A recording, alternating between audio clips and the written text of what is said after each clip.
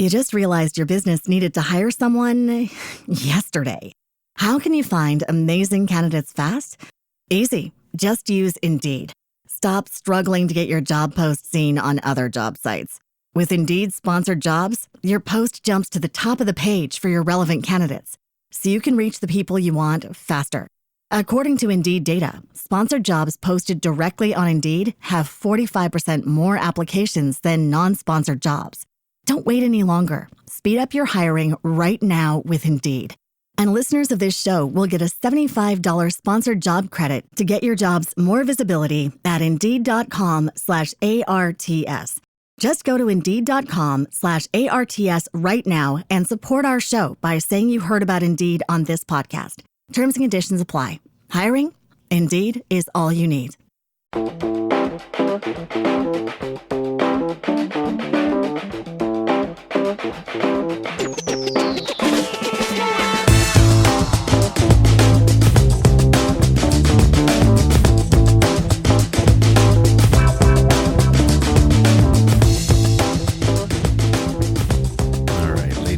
Gentlemen, welcome to another episode of the Two Scotch Funk Worldwide Lounge podcast.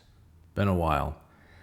A couple reasons for that. One is I just haven't had any positive energy. Not that this one's going to be super positive, but I've also had a raging toothache for 2 weeks. It has worn on me, to say the least, but today it got fixed. Root canal. It took long enough that we couldn't do the crown today. I had to schedule that for a separate appointment. So I get to get numbed again. Really looking forward to it. But anyway, I digress. Tonight, we're going to talk about power and who has it, who gets it, what people do with it when they have it, when they discover it, and how they covet it and then don't want to get rid of it because it feels pretty good to some people. That's what we're going to talk about tonight. Who's in charge here? How about that? That's what we'll call the episode. Who's in charge here? The inspiration for this is multifaceted. One's political, and I'm going to try my best to leave that out of the conversation because it's so frustrating. But what it did was make me think of something that I learned in the rooms, as we say, and how people will kind of push off what they truly are onto the person that has more power, more standing, more adoration, more love. They will push their own actions onto someone else. They become the monster they accuse you of being. I've seen it happen. I've seen it happen personally. My stalker did that to me. Yeah, I had one. She was awful. We'll talk about her in a book someday. I won't use her name because she doesn't deserve that kind of recognition, but she was actually in Alpena again, pitching her book. Imagine having someone copy everything you do to try to beat you at it. She was that perfect one that would project what her actions were and then point at me and say, oh, look what he's doing. I've had other people in my life do the same thing, and it's frustrating. And you know what we normally do, and what our advice is to each other and from our respected elders, people that have been in situations before, is just let it go. Let it go. Take the high road, whatever you want to say. Just, stay cool, stay quiet. Don't stir it up. It'll go away. I'm starting to think that maybe I got some bad advice. And I hate to say that. It would have been really interesting to have this discussion with my dad, because he was one that was always for, God, kid, you could go at it, but think of the ramifications, think of the people it might affect around her. Well, the stalker went after my kid, and I had to stay quiet. The cop said if you were doing the same thing to her, you'd be in jail. But that's a woman doing it to you for 7 months. I had to put up with that. 7 months. She went after my little girl. That is where people that have a taste of power, they've never had the respect because they've never really earned it. Or if they had it, it was never earned. How about that? I saw that during COVID too. a bunch of people that had never really decided to be leaders or never were leaders. They may have been bosses. I'm not talking about just downtrodden. I'm talking upper echelon people too, all walks of life. And yeah, there's a difference between a boss and a leader. We'll talk about that sometime. I think that's a topic we really need to explore because the new pandemic is bossing versus leading. But that COVID thing, when the grocery store had an arrow on the ground, this is the direction you have to walk. And there would be people that would be with their mask and their visor. And I get it. They were scared. But after a few months of the same bullshit, I'm not following your arrows. We knew better at that point.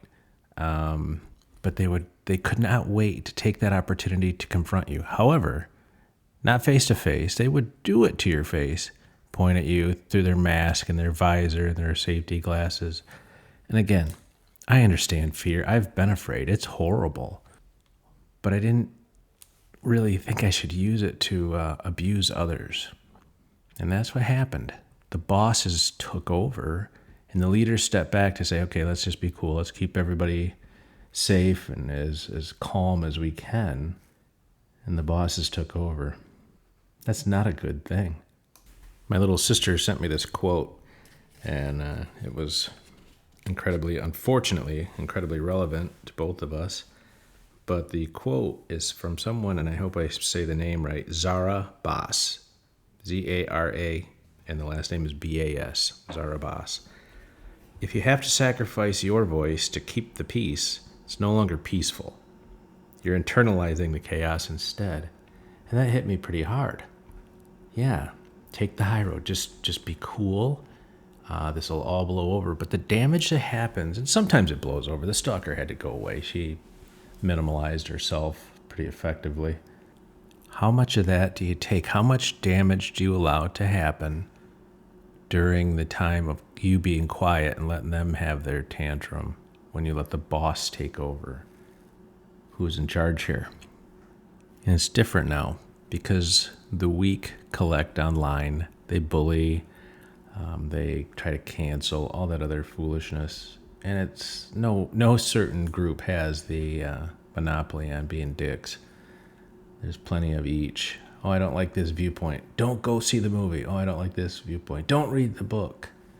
Don't listen to their music. Don't do that. That live and let live thing is kind of gone. And that's where I am with this whole leadership, who's in charge here.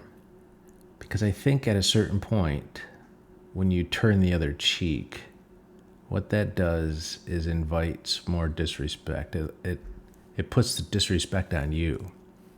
And I don't know that that's really proper. I hope I get some feedback on this because this is a big thing. And what started this was, who's in charge here? This tooth was unmanageable.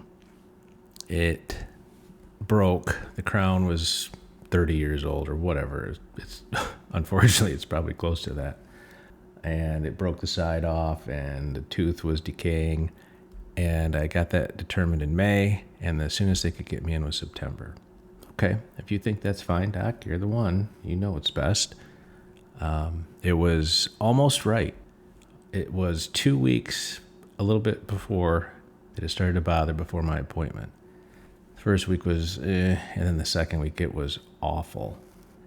And I hit peak frustration. I called my family doc, who also suffers from alcoholism. I said, I need some help. I need some pain relief. This isn't 3 Tylenol. This is serious business. Well, I don't really do opioids. And I wasn't even asking for a 30-pack. I was like, get me 1 per day until my appointment. 6 total.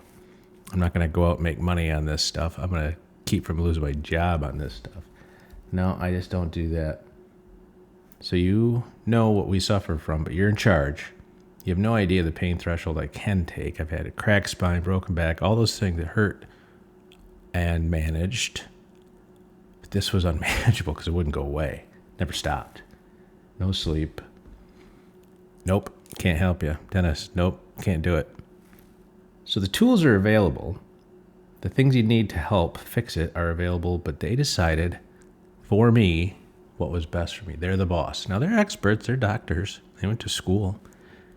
they also don't know what kind of pain I'm in. So we have to decide, okay, this person, yeah, I see they don't do many of the other things, but we're not going to let them have this either. So what could you do? I know what used to fix the pain. You go to the bottle shop, go to the liquor store, and grab a fifth of booze. So I did. And I had a scotch, a double, no ice. And oh my God, that hit. It's been so long since I had a thick one like that, 8.5 years, that, yeah, I felt it, but the pain was gone. So now, two people that know my condition, know the condition themselves, wouldn't give you the tools because they're in charge. That's not leadership. That's disregard. That's boss. Now, did I deal with some guilt after pouring that thing and drinking it? Yeah, a little bit. Not a lot because I felt better. Was I smart enough to get rid of the rest of it? Yeah. Did I buy my favorite brand? No. Because it's risky business. And yeah, I get that there's an addiction problem with opioids. I don't have that. I needed 6 nights of sleep. Nope. Sorry, you can't have that. Better now, right? Another thing I've been watching from afar is how people think they deserve leadership positions or how they should be the boss. Well, I've been here a very long time. I've worked for this group for a very long time. I'm loyal. I would never leave, even for a lot more money. What a good person am I? Why aren't I in a leadership position? Do you think that multimillionaires don't recognize leadership? You don't think they recognize leadership ability? It's possible. It's possible they don't recognize it and they got exactly where they are after 40 or 50 or 60 years of good luck and no bad luck. Could be. Could be that. I'm guessing not. So what's the point of this longer than I thought podcast? They all are. We'll trim it down, but what's the point? I guess I'm reaching out for some knowledge and some opinion. Maybe it doesn't, and I don't need it to be professional opinion. I need it to be just your thoughts because I value that. That helps me form my next books, podcasts, that type of thing. What are your thoughts? Is it time for leaders to stand up and just say, okay, that's no longer acceptable? The boss mentality of, I know better than you. I'll tell you what you need. You'll do what I say. Or is it time for the leaders to stand up and say, whoa, oh, no, you don't, and push back? Is it time for that?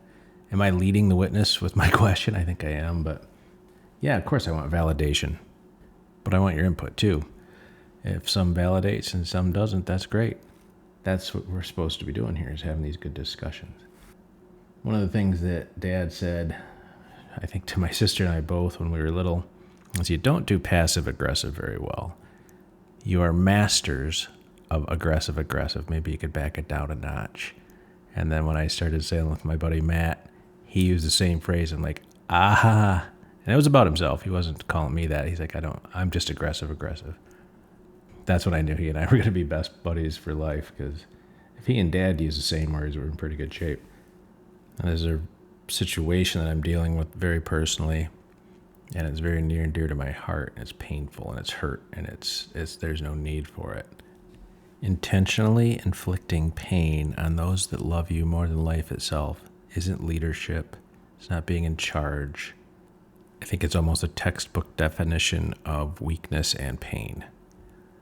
There's only one way to fix it. You got to end it on both sides. Then you can lead to the future, right? Leading the witness.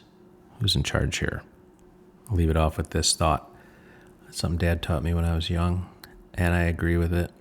And it's more, I think, more appropriate now than even back then.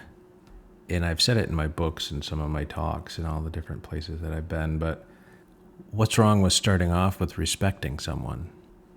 Why do you have to have a chip on your shoulder saying, you will respect me? If you're forcing me to, I probably already don't.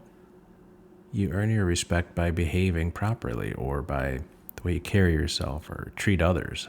That's the best way. So if we all started off maybe with this whole mutual respect thing, and yeah, you can say, hey, and I know I've lost a lot of it from people from my actions, and I get it, but I've earned that disrespect. I've earned that loss. Will I ever get it back? Well, it's none of my business. It's not for me to say. It's the people that I look to for that respect. It's up to them to decide. And if I've wronged them, then it's up to them to decide if they want to forgive me and give me another chance. That's how it should be. If we understand that, we understand leadership is how you treat people and make them feel, not telling them what to do and how to feel. Maybe we could be in a better spot.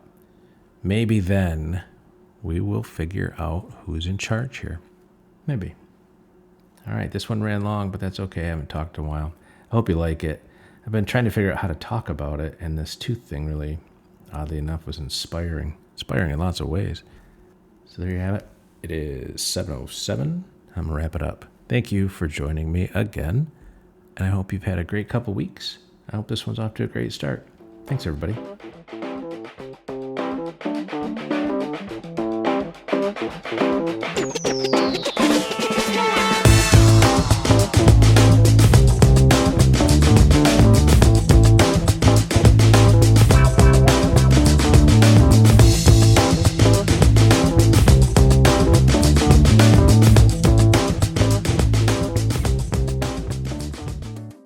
You just realized your business needed to hire someone yesterday. How can you find amazing candidates fast? Easy. Just use Indeed. Stop struggling to get your job post seen on other job sites. With Indeed sponsored jobs, your post jumps to the top of the page for your relevant candidates, so you can reach the people you want faster. According to Indeed data, sponsored jobs posted directly on Indeed have 45% more applications than non-sponsored jobs. Don't wait any longer. Speed up your hiring right now with Indeed. And listeners of this show will get a $75 sponsored job credit to get your jobs more visibility at Indeed.com/ARTS. Just go to Indeed.com/ARTS right now and support our show by saying you heard about Indeed on this podcast. Terms and conditions apply. Hiring? Indeed is all you need.